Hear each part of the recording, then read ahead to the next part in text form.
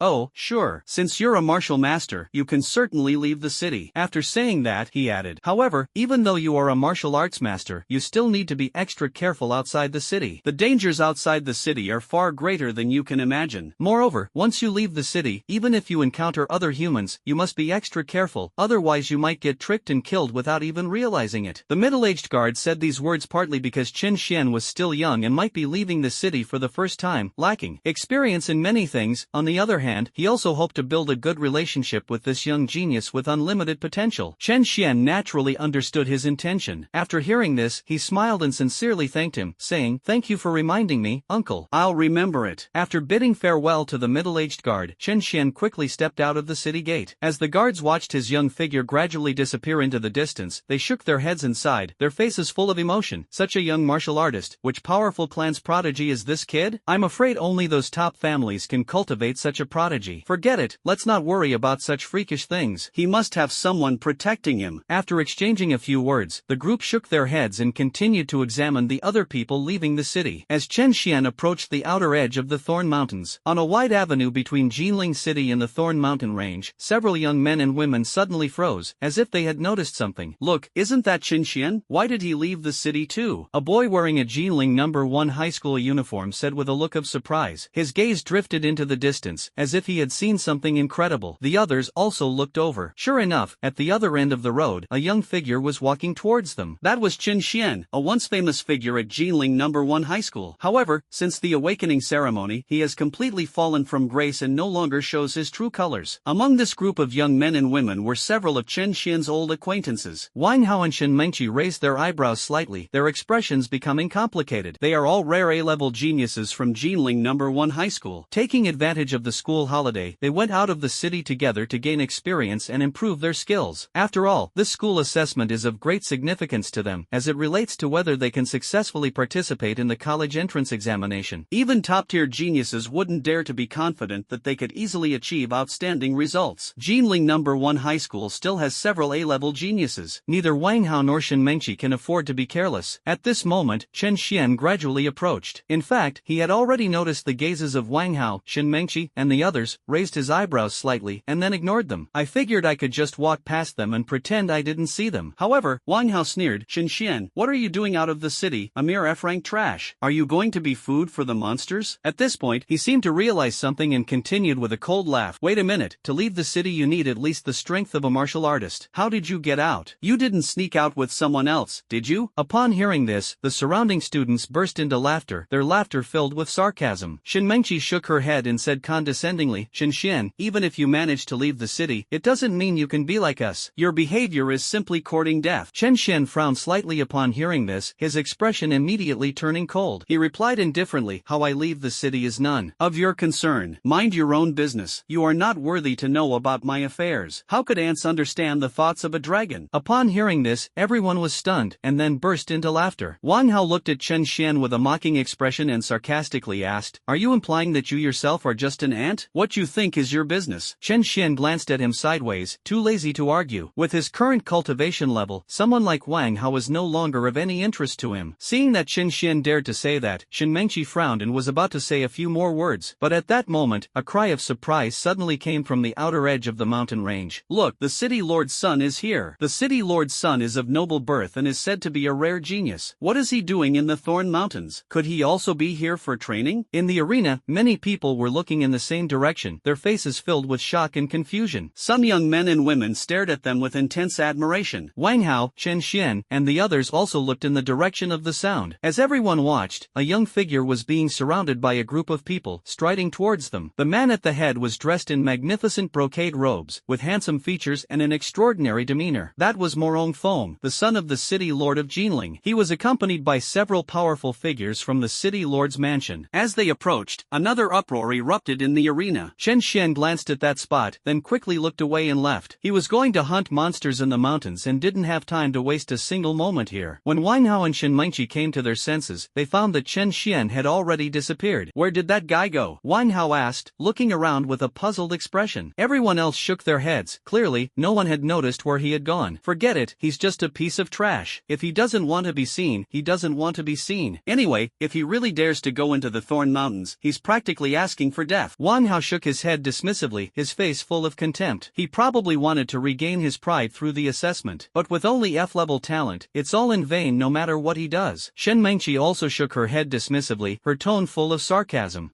Trying to save face? Him? Does he even deserve it? A rank F piece of trash has no choice but to accept its fate. Those around them also laughed, their words full of disdain. Morong Feng and the others paid no attention to the noise around them. They gathered together and talked in hushed tones. "Young Master Feng, is the information you received true? Are all the races really planning to cause trouble near Jinling City?" A powerful figure from the city lord's mansion asked with a solemn expression. "I obtained this information from reliable sources, so it should be true. The reason I've gathered everyone here is to do everything in our power to stop the conspiracy of the Myriad races." Morong Feng nodded solemnly, his voice steady. Upon hearing this, the expressions of the surrounding powerful figures tightened. "Whether it's true or not, this is no small matter. If not handled properly, the safety of Jinling City may be threatened." After leaving the crowd, Chen Xian went straight into the depths of the Thorn Mountains. He traversed the dense forest, pushing his martial arts master level of perception to its limit, constantly alert to any movement around him. Although I learned a lot about dealing with monsters from books, this was my first real experience venturing out of the city. Lacking experience, he was extra cautious. Just as he was about to cross a patch of grass, he suddenly heard a rustling sound ahead. Immediately afterwards, a white figure suddenly rushed out. With a fierce roar, a large wolf-like monster with white fur pounced on Chen Xian, opening its blood-red maw to bite him. Chen Xian's senses were exceptionally sharp. He detected the presence of the demonic beast the moment it appeared. Knowledge about this kind of monster quickly surfaced in his mind. This is a monster evolved from an ordinary wild wolf, the wind wolf. Because of its wind attribute ability, it has an extremely terrifying speed. The wind wolf pounced so fast that it was in front of Chen Xian in the blink of an eye, its fangs bared, ready to bite at any moment. A cold glint flashed in Chen Xian's eyes. He didn't move immediately. A pale golden flame suddenly burst forth from his body. The flame shot out and landed directly on the wind wolf. The powerful force of the Xianhuang flame exploded on the wind wolf. The terrifyingly high temperature continued to burn, even scorching the surrounding air to a golden yellow. However, this is just the beginning. As Chen Xian controlled the Xianhuang flame to blast the wind wolf, he flicked his fingers and released several flames. Golden flames shot out in multiple directions in an instant. Boom, boom, boom. A series of explosions echoed through the mountains and forests. Several explosions rang out in succession. All around the jungle, mournful howls rose and fell. More than a dozen wind wolves were blasted out of the bushes and then instantly killed by the terrifying power of the Xianhuang flame. The scorching flames continued to burn. The golden flames were irregularly shaped, as if they were about to devour everything around them. The bushes that could have served as cover for the monsters were instantly reduced to ashes. A large open space was exposed, bare and devoid of any sign of life. Beneath countless ashes lay the remains of wind wolves. Upon closer inspection, it was discovered that Chen Xian alone had killed as many as 20 wind wolves. He simply simply stood still, without moving an inch, yet easily wiped out all 20 wind wolves. This is the terrifying aspect of Strange Fire. Even disregarding the other special abilities of the Xianhuan Flame, its destructive power alone is enough to inspire fear. Ding! Host detected using different flame to devour demonic beast, gaining incineration points plus 500. Ding! Host detected using different flame to devour demonic beast, gaining incineration points plus 500. Just then, lines of data quickly appeared on Chen Xian's system panel. His eyes lit up immediately.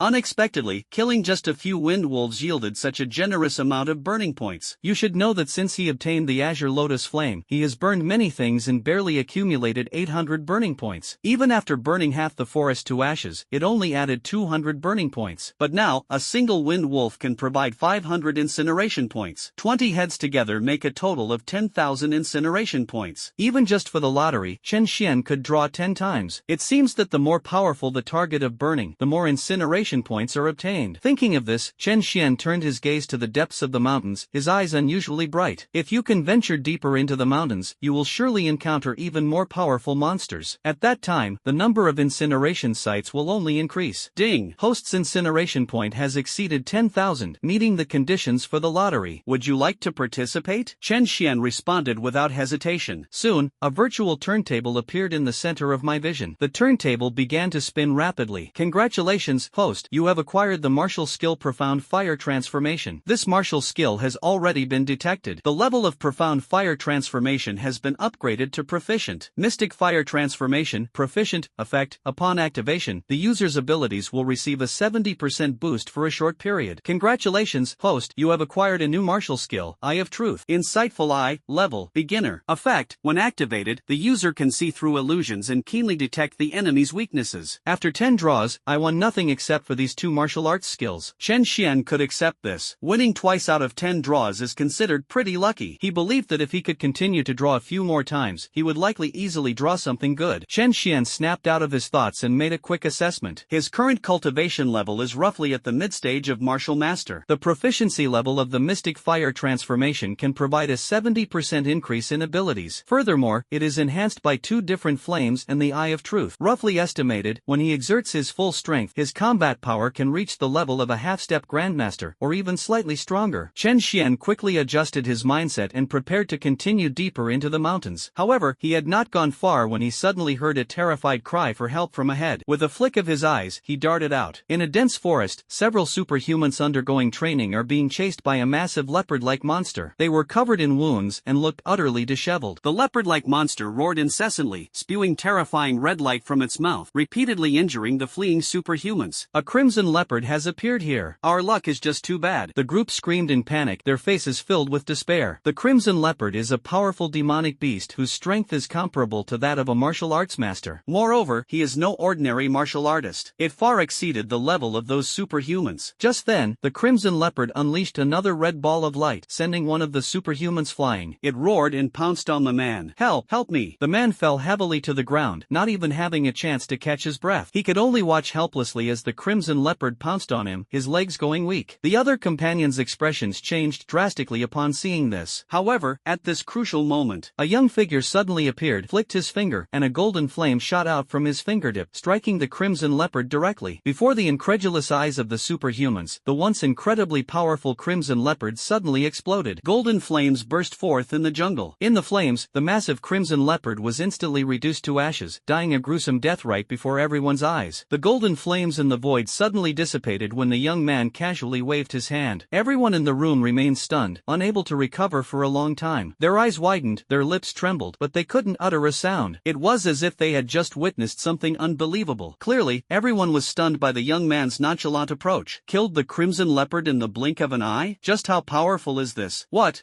is this young man's strength? He looks so young. Could he have reached the martial master realm at such a young age? A younger superhuman exclaimed, his face full of shock. An old man standing nearby shook his head, his voice somewhat hoarse. I've seen martial arts masters make a move, even late-stage martial arts masters, but I've never seen such a strong young man. His knowledge was clearly more extensive than that of others. Upon hearing the old man's words, the others gasped in shock, their expressions growing even more astonished. Someone's lips trembled as they asked incredulously, no way? This young man, could he be a grandmaster? To become a grandmaster at such a young age? Instantly, everyone's gaze toward Chen Xian became exceptionally respectful. No matter how young Chen Xian is, as long as he is strong enough, he will naturally earn everyone's respect. At this moment, Chen Xian looked at the prompt on the system panel and shook his head slightly. Killing a crimson leopard comparable to a martial arts master only yielded 700 burn points, which is far too few. Through the last lottery draw, Chen Xian had already realized that not every lottery draw would yield a result. Therefore, more incineration sites must be accumulated. You need to try your luck multiple times to have a chance of obtaining martial arts skills or techniques. The monsters here are too weak, and the rate of obtaining incineration points is too slow. I still need to go deeper into the mountains, Chen Xian thought to himself. Only there can one quickly accumulate incineration points and rapidly increase their strength. With that thought in mind, his gaze sharpened, and without lingering in place, he quickly drifted away. It moved extremely fast, heading straight into the depths of the mountains. They left? Just who is that young man? He's so young, yet he has such terrifying strength. Could he be a genius from some powerful family? Definitely, and judging from how intense his flames were just now, he might even possess an S-rank talent. Once Chen Xian left, everyone came to their senses and began discussing the matter with expressions of shock and emotion. Chen Xian continued deeper into the mountains. Along the way, he encountered all sorts of monsters. There are both powerful crimson leopards and slightly weaker wind wolves, both of which are quite common in the Thorn Mountains. But no matter what kind of monster it was, Chen Xian dealt with it easily. He didn't use any other methods, he simply controlled the strange fire and burned all the demonic beasts he encountered to ashes. During the process, Chen Xian's incineration points continued to accumulate. As he killed more and more monsters, he found himself burning them to ashes, leaving not a single hair behind. If it were any other superhuman, they would probably collect the corpses of monsters and bring them back to the city to sell. After all, treasures that can be used to refine pills from the corpses of demonic beasts are extremely rare. Chen Xian thought to himself, if only I had a storage device. That way, I could easily bring back any loot I find. He utterly disdained the ordinary monster corpses. Rather than going through the trouble of bringing them back to sell, he'd rather accumulate more to burn and use in the lottery to acquire martial arts techniques and cultivation methods to improve his own strength. As for making money, it will naturally become much easier once you become stronger. However, he also knew that he might encounter some extremely rare spiritual herbs or precious monster corpses. Carrying them all on his person would be too troublesome. Having storage equipment can save you a lot of trouble. Seeing that the number of burning sites had accumulated to 20,000 again, Chen Xian quickly found a cave to hide in temporarily. System, I want to participate in the lottery. As soon as he finished speaking, the virtual panel in front of him started spinning again. Congratulations, host, you have acquired the martial skill Profound Fire Transformation. This martial skill has been detected. The level of Profound Fire Transformation has been upgraded to Mastery. Mystic Fire Transformation, Mastery, effect, upon activation, the user's various abilities are increased by 90% for a short period. Congratulations, host, you have acquired the martial skill Pupil of Illusion. This martial skill has been detected. The level of Pupil of Illusion has been upgraded to Proficient. Insightful Eye, level, Proficient. Over time. Effect, once activated, the host can see through illusions and keenly detect the enemy's weaknesses. Congratulations, host, you have obtained the body refining technique, 9 Yang body forging technique. A series of messages flashed across Chen Xian's vision. He did 20 consecutive draws this time and obtained a total of 3 martial arts skills. One gate is the Mysterious Fire Transformation, and the other 2 are the Eyes of Delusion. Both of these martial arts skills have been upgraded to the Mastery level, and their effects have been greatly enhanced. In particular, the Mysterious Fire Transformation, once activated, can temporarily boost Chen Xian's various abilities by 90%, almost doubling them. Aside from the few martial arts skills he drew repeatedly, what truly excited Chen Xian was the first cultivation technique he obtained, the 9 Yang body forging technique. He quickly calmed himself down and carefully browsed the detailed description of this body refining technique in the system. His eyes widened, and his breathing quickened involuntarily. After practicing this technique, one can greatly enhance the strength of their physical body, eventually even achieving immortality and indestructibility. If Chen Xian could cultivate this technique, his strength would undoubtedly experience a tremendous leap forward. However, to cultivate this technique, one must prepare various spiritual herbs. He narrowed his eyes slightly, quickly calming himself down. The techniques are incredibly powerful, so the conditions for cultivation are naturally very demanding. Chen Xian thought to himself that the stronger his body became, the higher his cultivation level would be. After all, the stronger his physical body, the more efficient he would be at absorbing strange fire, and the more strange fire he could absorb. Just as he was deep in thought, a deafening roar suddenly came from outside the cave. Oh no, the blue-armored scaled bulls have rioted again. Run, it's not safe around here. As soon as the deafening roar subsided, Chen Xian vaguely heard terrified cries from humans outside. Now, he is at full strength, even able to surpass a grandmaster, and his hearing has also greatly improved. Even from a kilometer away, Hey, you can clearly hear voices. Blue armored scaled bull? Upon hearing this voice, Chen Xian frowned and quickly searched his mind for information about the blue armored scaled bull. This is a monster with extremely strong defense and attack power, and its strength is almost comparable to that of a true grandmaster. It's important to know that the cultivation levels of people with superpowers, from lowest to highest, are martial apprentice, martial artist, martial master, and the highest is grandmaster. Martial arts masters are already among the top experts in the human world, and those who can become grandmasters are even more powerful rulers in their respective fields. The fact that the blue-armored scaled ox can rival a grandmaster demonstrates its extraordinary strength. However, the blue-armored scaly bull might frighten others. But Chen Xian didn't care at all. Comparable to a grandmaster, he said casually. Perfect, let's go and meet it. He also wanted to take this opportunity to see just how high his combat power could be when he went all out. With a slight smile and a burning fighting spirit in his eyes, Chen Xian vanished into the depths of the cave in an instant. He was just worried about not having any powerful monsters to spar with. Now that the blue-armored scaled ox has delivered itself to our doorstep, we naturally won't be polite. A large number of people with superpowers desperately fled towards the outer edge of the mountain range. Closely following behind was a huge, ferocious, blue-furred bison monster, stomping wildly on the earth. The bull was covered in blue, shimmering scales, and looked majestic. What is most striking is the pair of sharp, long horns on its head that gleam with a cold, eerie light. This powerful and majestic wild bull demon is none other than the blue-armored scaled bull, whose strength is comparable to that of a grandmaster. Its massive body crashed through the forest, raising clouds of dust, and its immense force directly destroyed countless trees. Faced with such a terrifying monster, almost none of the superhumans who came here for training dared to step forward. They knew that this was tantamount to suicide. At that moment, Chen Xian arrived. Just then, they saw a large group of people being chased and scattered in all directions by blue-armored scaly bulls. Among the fleeing crowd, some people noticed Chen Xian. One of the burly men hurriedly shouted at the top of his lungs, "Brother, run! The blue-armored scaled bull is too terrifying. It's not something an ordinary person can handle." This big man was kind-hearted. He even managed to remind Chen Xian at a time like this. But the others had already stopped paying attention to him. They were too busy escaping to care about Chen Xian's life or death. If Chen Xian could truly buy them some time to escape, many people probably wish he would die in their place. Chen Xian smiled slightly after hearing this and walked straight toward the blue-armored scaled ox. Upon seeing this, all those fleeing for their lives froze, their expressions blank. Is this young man incredibly audacious, or simply courting death? How dare he walk straight towards the blue-armored scaled ox? The burly man who had previously advised him to flee looked even more displeased. Is this young man here to die? Just as everyone was wondering, Chen Xian had already stood in front of the blue-armored scaled ox. The blue-armored ox is enormous, standing over 2 meters tall. Standing before it, Chen Xian appeared as small as a baby. However, he showed no fear in the face of such a behemoth. Instead, his eyes gleamed with a burning fighting spirit. The blue-armored scaly bull seemed to sense the provocation, roared angrily, and charged forward with all its might. The impact was so powerful it seemed to tear the air apart. "Take this punch." A smile appeared on Chen Xian's lips. The power of incineration was instantly unleashed, and the violent power within his body surged dramatically. He also used the Xuanhua transformation martial art he had already mastered. His internal strength and various abilities almost doubled. Moreover, he activated his eye of insight. His eyes emitted a faint purple light, as if they could see through all illusions. Under Chen Xian's gaze, he could clearly see a glowing spot on the forehead of the blue-armored scaled bull. That should be the weak point in the giant bull's defense. His internal strength instantly reached its peak. Azure lotus flames erupted from his body, engulfing his entire fist in flames. He exhaled a breath of stale air, shouted open, and suddenly threw a punch. The fist, carrying a massive fist aura formed from azure lotus flames, exploded in the air. The shocking power instantly covered the entire body of the blue-armored scaled bull, and then exploded violently. The punch landed squarely on the forehead of the blue-armored scaled bull. Chen Xian's fist slammed down. To the astonishment of everyone around, the massive, overlord-like blue-armored bull's head exploded completely. Before the blood could even splatter, it was instantly engulfed by the blazing blue flames, but in the blink of an eye. In everyone's eyes, the once invincible and powerful monster had become a headless corpse. Seeing this, everyone involuntarily swallowed, their legs feeling weak. The blue-armored scaled bull was killed just like that? And it only took one punch? At this moment, everyone's eyes involuntarily focused on Chen Xian. What kind of person is this young man? The burly man who had previously warned Chen Xian to run away twitched at the corner of his mouth, looking utterly ashamed. Faced with such a terrifyingly powerful expert, how could he have actually advised him to run away? Thinking of this, the big man wished he could slap himself a few times. At this moment, a line of text suddenly popped up on Chen Xian's system panel. Host detected burning 1 blue-armored scaled ox, gaining plus 10,000 burning points. Just one blue-armored scaled ox gave Chen Xian a full 10,000 10,000 incineration points. Compared to other monsters, this harvest is quite substantial. That's enough for Qin Xian to complete 10 lottery draws. That's enough for 10 draws, the haul is pretty good. Chen Xian nodded, somewhat satisfied with the result. It can only be said that powerful monsters comparable to grandmasters are truly valuable. Chen Xian came to his senses. Looking around, he saw that everyone had stopped and were looking at him with awe. He smiled slightly and casually waved to the crowd. The blue-armored scaled bull has been dealt with. Everyone can disperse now. The powerful force unleashed by his punch just now has been deeply imprinted in everyone's minds. Therefore, when Chen Xian said those words, no one dared to say anything more. After thanking him respectfully, they quickly left. Soon, only Chen Xian and the enormous blue-armored scale ox carcass remained in the arena. This time, Chen Xian was smarter and didn't burn the monster to ashes. He knew that the scales of the blue-armored scaled bull were a precious material for making armor. Its flesh and blood are also excellent raw materials for refining elixirs. It can be said that the entire blue-armored ox is a valuable treasure. It would be such a waste to just burn it all down. Carrying such a large corpse back would be too conspicuous. Chen Xian stroked his chin, looking at the corpse on the ground, feeling somewhat troubled. However, he quickly turned his attention back to the panel, intending to try his luck. System, I want to participate in the lottery. Congratulations, host, you have obtained a special type of flame, Beast Fire, Bloodthirsty Dragon Flame. Congratulations, host, you have obtained a special type of item, a storage ring. I got 2 top-tier items and a 10-pull? Seeing what he had obtained, even though Chen Xian was mentally prepared, he still couldn't help but breathe rapidly and his pupils contracted sharply. Special type of flame, Bloodthirsty Dragon Flame? The name alone was enough for him to sense that this flame was no ordinary thing. Chen Xian was almost certain that if he could fuse with this flame, his incineration power would be greatly enhanced. Besides that, he hadn't realized that he had been so eager to get a storage ring. To my surprise, the system actually delivered it. Was it just good luck? Or did the system understand his needs and make special arrangements? Never mind, it doesn't matter which way it is. Without much thought, Chen Xian took out the storage ring and put it on his hand. Then, with a wave of his hand, the enormous blue-armored scale ox carcass was directly absorbed into it. After completing all this, seeing that no one was around, he sat cross-legged and silently recited, System, I want to fuse with Bloodthirsty Dragon Flame. As his thoughts shifted, a dark red flame suddenly burst forth from his body. The flames burned fiercely, scorching the surrounding air, as if emitting angry dragon roars. The dark red flame seemed poised to transform into a ferocious and monstrous dragon at any moment. As the bloodthirsty dragon flame continued to burn, a completely different layer of fine lines appeared on Chen Xian's body surface, densely packed and neatly arranged. His aura suddenly surged several times over. Even more surprisingly, Chen Xian could clearly feel his physical strength, which seemed to have been greatly enhanced. This is clearly a unique effect brought about by Beast Fire. As the incinerating body and the Beast Fire continued to merge, Chen Xian gradually gained a clear understanding of the abilities of this flame. This flame seems to possess the ability to devour. It can transform the flesh and blood it devours into the purest life energy, which it then feeds back to the host. So, using this flame to kill enemies can actually replenish one's own life force? Chen Xian's eyes widened, filled with disbelief. The power of this flame is indeed somewhat heaven-defying. Doesn't that mean that as long as the enemy isn't much stronger, he can completely wear them down with the sustain provided by the flames alone? Thinking of this, Chen Xian's breathing became steady. As time went by, the fusion of the bloodthirsty dragon flame was finally completed. With a loud boom, Chen Xian's body jolted violently. He suddenly opened his eyes, which flashed with a dark red light, making him appear eerily strange. He gently exhaled a breath of stale air, feeling the changes within himself, and then raised an eyebrow. What? My cultivation level has actually broken through directly, reaching the peak of martial master. Chen Xian quickly composed himself, a slight smile playing on his lips. Unexpectedly, killing a blue-armored scaled bull resulted in such an amazing boost. However, it's time to collect the real spoils. He stood up and gazed into the distance. If memory serves me right, the place where the blue-armored scale ox lives usually has a kind of medicinal herb called star moonflower growing there. The blue-armored scale ox is the guardian beast of the star moonflower. This star moonflower is an extremely precious medicinal herb. Even if consumed directly, it can significantly improve one's cultivation level. Generally speaking, any single star moon grass entering the market will trigger a buying frenzy. As someone who was once the top student in the entire school in academic subjects, Chen Xian naturally learned all this knowledge from books. Moreover, he remembered that the medicinal properties of the star moon grass were just right to assist in cultivating the 9-yang body refining technique. Thinking about these things, Chen Xian headed towards the cave where the blue-armored scaled bull lived, relying on his memory. Given the nature of the blue-armored oxen, they would not stray too far from their burrows. It must be nearby. Another group of people arrived at the outskirts of the Thorn Mountains. The leader was a young man. He was wearing a blue training uniform, with a jade pendant hanging from his waist, on which was carved a money character in a flamboyant flamboyant style. "Look over there. They look like the Qian family," someone exclaimed. "The Qian family is here too? "My goodness, first the city lord's son, and now the Qian family. This Thorn Mountain range is really lively today." Everyone recognized the group and was astonished. Wang Hao and Shen Mengqi were also among the crowd. They had just hunted several demonic beasts in the mountains and were quite exhausted, so they came out to rest. The group also spotted the Qian family members, and their expressions immediately turned serious. "That guy in front must be Qian Xiaoyu, the eldest son of the Qian family, right? He's only 20 years old, yet he's already broken through to the peak of martial master. He's considered a top genius in the entire Jinling." Wang Hao's expression was complicated and his tone was heavy. Facing a genius stronger than himself, he couldn't help but feel a little emotional. Shen Mengqi's eyes flickered, as if she were deep in thought. Amidst the gasps of surprise from the crowd, a smug smile appeared on Qian Xiaoyu's lips. He exuded the aura of a peak martial artist, which, combined with his age of only 20, was truly astonishing. "I heard someone encountered blue-armored scaled oxen in the mountains. Does that mean new star moonflowers have ripened?" Qian Xiaoyu turned to look at the guard beside him, his voice filled with barely concealed excitement. "He came here specifically for the star and moonflower. The star moonflower is an extremely rare spiritual herb that can directly enhance one's cultivation level. Qian Xiaoyu has been stuck at the peak of martial arts master for some time. If he could obtain the star moonflower and consume it, his cultivation would surely be able to break through to the grandmaster realm. At that time, his status in the entire Qian family will take off completely." Thinking of this, a burning light ignited in Qian Xiaoyu's eyes. The Qian family is a large clan in Jinling City, with many grandmaster-level experts residing within the clan. To ensure the plan went perfectly, he even invited a master from his family to protect him. As long as Qian Xiaoyu finds and kills the blue-armored scaled bull, and finds the star moonflower to refine into a breakthrough pill, he will almost certainly be able to break through to become a grandmaster. A master at the age of 20 is almost a rare genius in the history of the Qian family. Thinking of this, his breathing became rapid and his eyes shone with a burning light. If he obtains the star moonflower, he will not only be able to break through to the grandmaster level, but also become the future successor of the Qian family. This is killing two birds with one stone. Behind him, an old man dressed in black spoke in a deep voice. "Young master,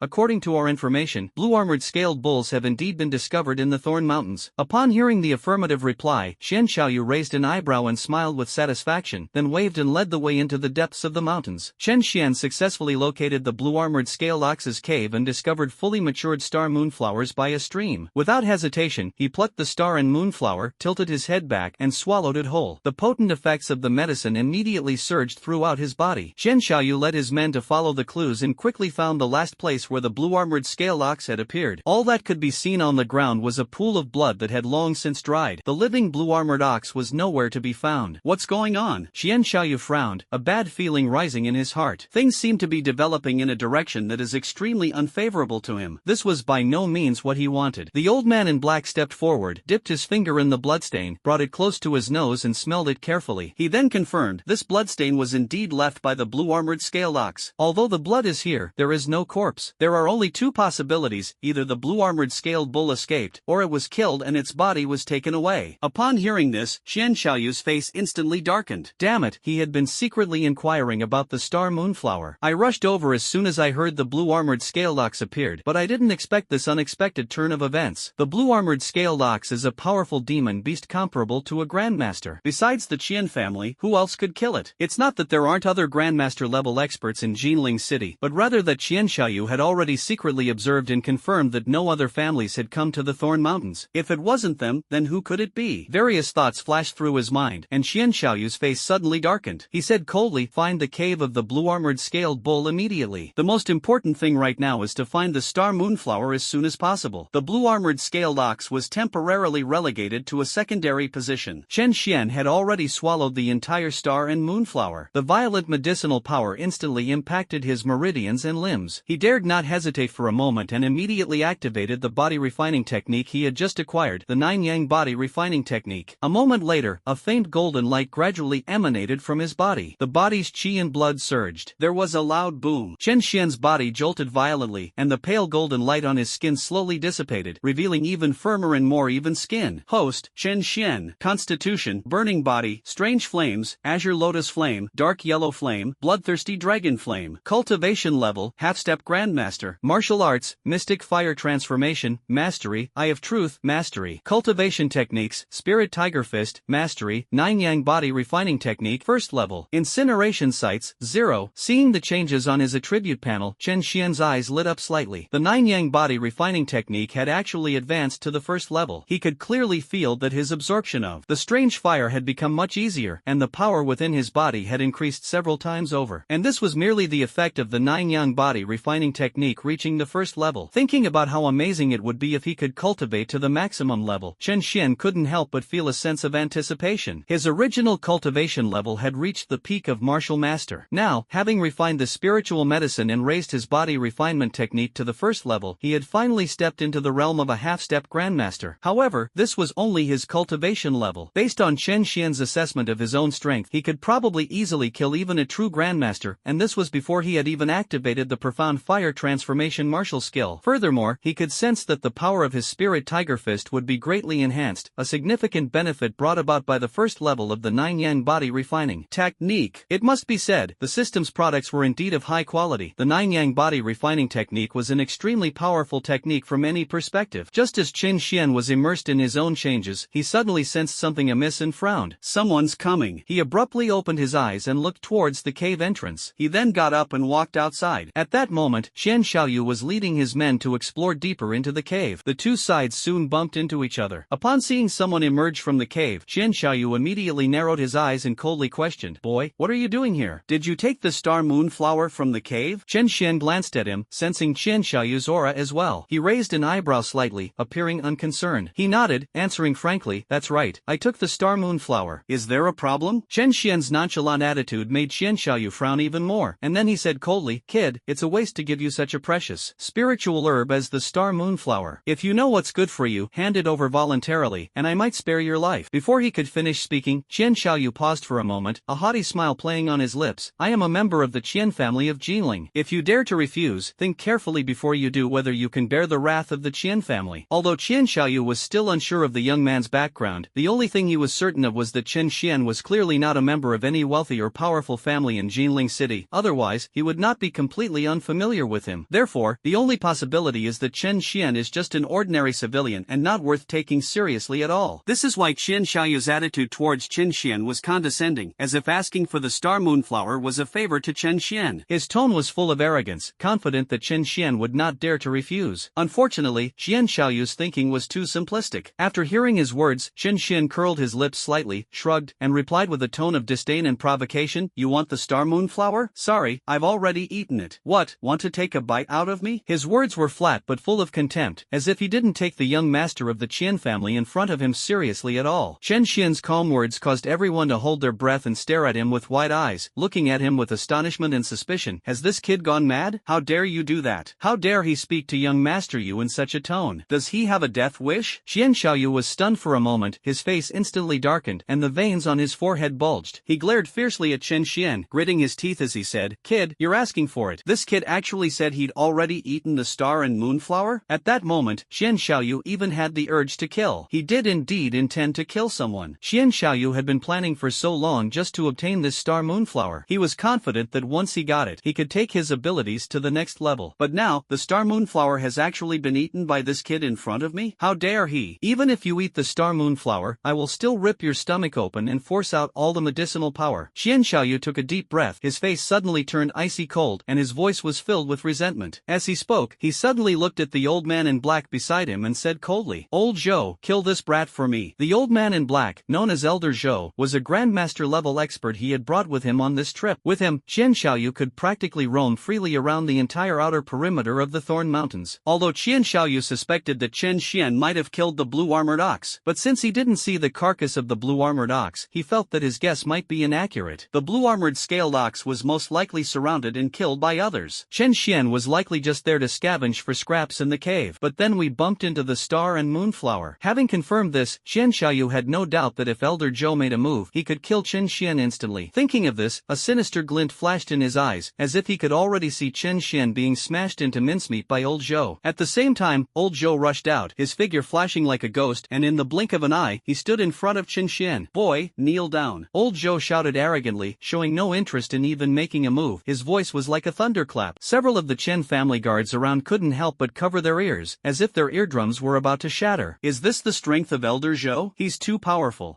How is it possible? Yes, just by adding a little bit of true energy, the voice is so intimidating. Old Zhou's Zhou's strength is indeed beyond our reach. The Qian family guards all started flattering old Master Zhou. Qian Xiaoyu's lips curled up slightly, revealing a satisfied smile. Clearly, they greatly admired Mr. Zhou's domineering performance. However, just when everyone thought Chen Xian would be scared out of his wits by this thunderous shout, Chen Xian curled his lips slightly, his face full of contempt as he sneered. A Grandmaster-level expert can only intimidate people with his aura? Isn't that ridiculous? His words were full of mockery, and he was clearly not affected by old Zhou's imposing manner at all. Ahem, not only am I not scared, I actually feel like laughing. Seeing Chen Xian's calmness, old Zhou narrowed his eyes and realized that this young man was no ordinary person. He gave Chen Xian a deep look and said in a cold tone, "Boy, instead of begging for mercy now, you're speaking rudely. Do you really think I wouldn't dare to kill you?" As he spoke, he stepped forward, and the terrifying aura of a grandmaster suddenly pressed down on Chen Xian. Impossible, impossible. Any martial arts master would probably change their expression drastically. Even martial artists might feel their legs go weak at this moment. But Chen Xian was naturally not among them. He remained standing upright, his gaze indifferent as he stared at old Zhou, and said calmly, "If you don't make a move now, you won't have a chance when I do." Chen Xian simply wanted to see just how strong a true grandmaster was. Otherwise, he would have already controlled the strange fire and burned this old man in front of him to ashes. Sure enough, upon hearing Chen Xian's repeated provocations, old Zhou finally let out a cold shout, and his withered hand suddenly stretched out, carrying extremely terrifying power, and slammed hard towards Chen Xian's face. This palm strike contained immense power, so powerful that even the surrounding air seemed to tremble. Chen Xian instantly felt a strong killing intent, as if he had been locked onto. The powerful aura emanating from the Grandmaster before him surged towards him like a tidal wave. Is this the strength of a Grandmaster? After a moment of contemplation, a disdainful sneer quickly appeared on Chen Xian's lips. Even a Grandmaster seems to be nothing special. His interest immediately waned, and with a flick of his finger, a ball of dark red flame shot out. The dark red flames shot out at an extremely fast speed, completely engulfing old Zhou in the blink of an eye. Immediately, the terrifying flames exploded in the arena. Everyone felt a wave of scorching heat rushing towards them. The Grandmaster-level elder Zhou didn't even get a chance to scream before his body was instantly engulfed by the dark red flames. In the blink of an eye, it was burned to ashes. Chen Xian raised his hand and waved it, and the dark red flames that had enveloped the entire area suddenly dissipated. A completely empty space was revealed in front of him. There was no trace of old Zhou there anymore. Upon seeing this, Qian Xiaoyu and the group of Qian family guards went completely blank. A tremendous fear suddenly surged into their hearts. At that moment, everyone was stunned into silence. Gain 10,000 incineration points. A line of text suddenly popped up on Chen Xian's system panel. This means that old Zhou is completely dead, beyond any hope of dying. Is this the strength of a Grandmaster? It doesn't seem that impressive, Chen Xian said casually, then quickly looked away and turned to Qian Xiaoyu and the others. His gaze was calm and unwavering, as if devoid of any emotion. But when they met his cold gaze, coupled with Chen Xian's terrifying strength in easily defeating Elder Zhou, everyone, including Qian Xiaoyu, shivered instantly, and cold sweat poured down their backs. At this moment, Qian Xiaoyu was completely panicked. He didn't even dare to think about Chen Xian's true identity. So young, yet he easily defeated a Grandmaster-level expert. Based on that alone, he was definitely not someone Qian Xiaoyu could afford to provoke. Such a terrifying prodigy likely has an even more powerful force backing him up. This time, we really hit a brick wall. Qian Xiaoyu could feel his heart pounding wildly. He looked at Chen Xian in fear, his voice trembling as he begged for mercy. I'm sorry, I was blind to your greatness just now. Please